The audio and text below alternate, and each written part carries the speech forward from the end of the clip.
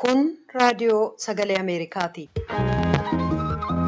Raadiyoon sagalee Ameerikaa wixataa qabee hanga jimaataatti galgala keessaa sa'a 2:00 jalqabee hanga sa'a 3tti meetir baandii 22, 25 fi 31 irratti Waashingtan DC irraa kan dabarsu sagantaa afaan Oromoo amma jalqaba.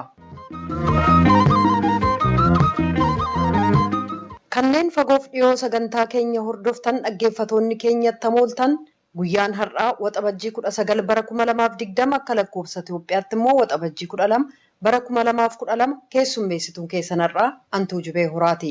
Kanneen talaallii COVID-19 arguuf qorannaa geggeessan ariitiidhaan hojjetaa jiru. Uummata qe'ee ofiirraa buqqa'uuf dirqame lakkoofsi isaa akkaan ol ka'uu UNHCR beeksisee jira. Oduu keessatti gabaasa qabna. Oduudhaa booda immoo COVID-19 ilaalchisuun keessummaa dubbisneerra. Deeggarsa namoota harka qalleeyyiif taasifame ilaalchisuunis qophii addaa qindaa'ee qabna. Hanga xumura sagantaa keenyaatti nu waliin turaan afeerraa keenya dhaggeeffatoota keenya piroodiwusariin tamsaasa har'aa Nugusuu Taamiree, tamsaasa intarneetiif miidiyaa hawaasummaa akka qindeessitu immoo Tigisti Gammeetii oduu addunyaaf gara namoottin isin dabarsa. Akka mooltan dhaggeeffatoota keenya oduu har'aaf ani namoo daandiiti. Manni maree naannoo uummatoota sabaaf sablammoota kibbaa kaleessa taayitaa bulchiisa naannoo Sidaamaa haaraa hundeeffameef dabarsee kennee jira. Filannoo hiree murteeffannaa baatii sadaasa dabree keessa godinaa Sidaamaa keessatti geggeessamerraa bahii sagalee uummataa argameen godinichi akka bulchiisa naannootti ijaaramee beekamtiin sirnaa kennameef. Sirna aangoo dabarsuu kanarratti pirezidaantiin bulchiisa naannoo kibbaa Obbo Iristuu Yirdaa'u bulchiisicha naannoo Sidaamaa haaraa hundeeffame kana waliin naannoon kibbaa daranuu wal gargaarsaaf walitti dhufeenyaan kan hojjetu ta'uu dubbatan. Aangoonni naannoo Sidaamaas gama isaaniitiin dhimmoonni naannolee lameen walitti fidan hedduun gara fuulduraatti akka jiraatan abdii qaban ibsanii jiru. Naannoon Sidaamaa bulchiisa naannoo Itoophiyaa kurnaffaa ta'uu isaatii jedha Yoonaataan Zabriyoos hawaasaarraa. Lammiiwwan Itoophiyaa haqa hawaasummaaf yookaan Izemaa ka jedhamu paartiin siyaasaa mootummaan naannoo uummatoota sabaaf sablammoota kibbaa gargar hiree deebisee ijaaruuf sochii jalqabe akka dhaabu waamicha dhiyeessee jira. Dhimma kanarratti mootummaaf qaamota adda addaa naannoo sana keessa jiran waliin naannoo uummatoota sabaaf sablammoota kibbaa bakka 4tti adda baasanii ijaaruudhaaf yaada dhiyaate irratti kan mari'atamaa jiru ta'uu dubbatu maddeen amanamoo ta'an. Paartichi mormituu Izemaan garuu mootummaan naannicha adda qoqqoodee ijaaruudhaaf aangoo seeraa akka hin qabne hubachiisee jedha Mallaskaachoo Ammahaa Finfinneerraa. Koomishinni mirga dhala namaa Itoophiyaa sarbiinsa mirga namoomaa Oromiyaa keessatti geggeessamaa jira jedhame ka qorataa jiru ta'uu dubbata.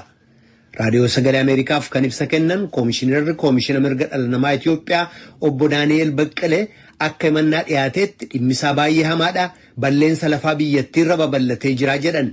Koomishinichi himannaaleen kun dhugaa ta'uu mirkaneeffachuudhaaf itti gaafatamarra jiru akka bahatuu fi tarkaanfilee barbaachisoo seeraan kennamaniif fudhachuuf akka jiru dubbatan Obbo Daani'el Baqqalee.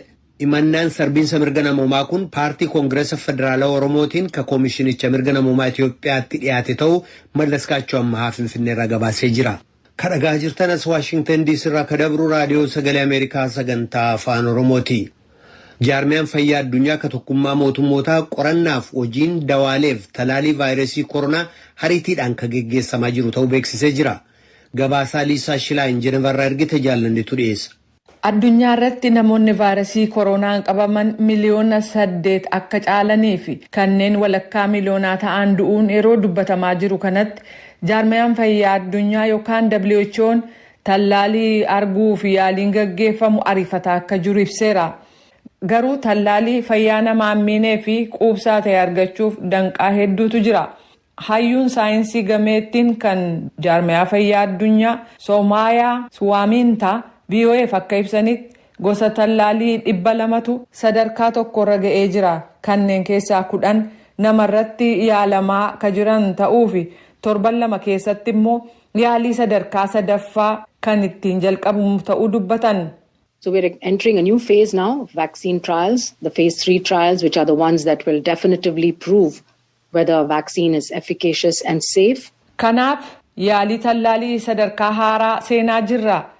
Sadarkaa 3ffaan kun tallaalicha fayyaa namaa kan hin hubnee fi hojii quubsaa yoo hojjeta ta'e ittiin ilaaluuf deemnaa jedhan.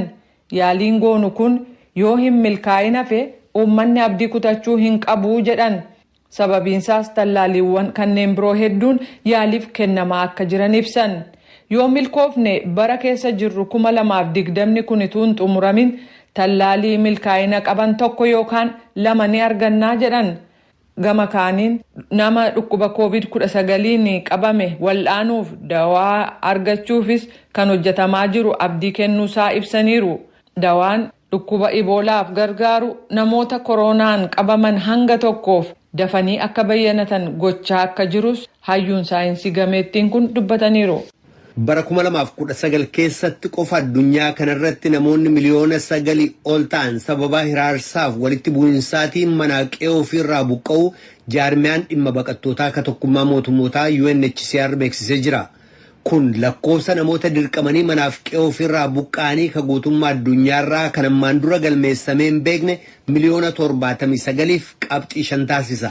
Guyyaa baqattoota guutummaa addunyaa boor yaadatamee oolu laalchisee gabaasaa baase keessatti ka jaarmayichi tokkummaa mootummootaa lakkoofsan eegamiin kan ifa baase. Kanas Liisaa Shilaayintuu Jenevaarraa gabaasee tujubeetu dhiyeessa. Addunyaarraa yeroo ammaa uummata 100 harka tokko caalu yookaan nama 97 keessaa nama tokkotu qe'ee ofiirraa godaanee jira. Jaarmiyaan baqattoota akka tokkummaa mootummootaa dhimmi kun hedduu yaaddessaadha jedha. Uummanni miliyoona 80 ta'u irra jireessi biyyuma ofii keessatti qe'ee ofiirraa godaane kanneen miliyoona 29f qabxii 6 ta'an immoo baqattoota kanneen biyyoota kabiroo keessatti dahata siyaasaa barbaadani. Dhimma baqattootaatti Komishinara Olaanaa akka tokkummaa mootummootaa Filippo Giraandee akka jedhanitti baqattoonni irra hedduun biyyoota dureeyyii keessatti dahata siyaasaa gaafatu tun ta'an biyyoota hollaa jiranitti baqatu. Dhibbarraa harka 85 kanneen ta'an biyyoota hiyyeeyyii ta'an kanneen guddataa jiraniin simatamu. Hoogganaan UNHCR kun akka jedhanitti addunyaarraa baqattoonni dhibbarraa harki 68 kan dhufan biyyoota 5 qofaarraati.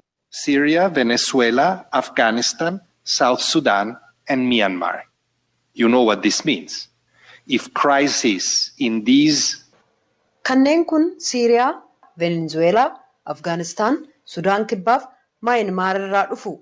Kana jechuun maali? Yoo rakkooleen biyyoota kana keessaa furmaata argatan qe'ee ofiirraa dirqamanii buqqa'uun dhibbarraa harka 68 furmaata argata jechuudha jedhan. Eega waggootiin 10 ol dabranii booda milishoota Jaanjaawud kan Sudaan keessatti uummata siivilii Daarfur humnaan gudeeduu dararuuf ajjeesuudhaan beekaman akka hoogganaa turetti kan himatame yakkamaa waraanaa Alii Kushaayeb mana murtii yakkalaalchaa ka sadarkaa addunyaa Neezerlaand jirutti dhiyaatee jira.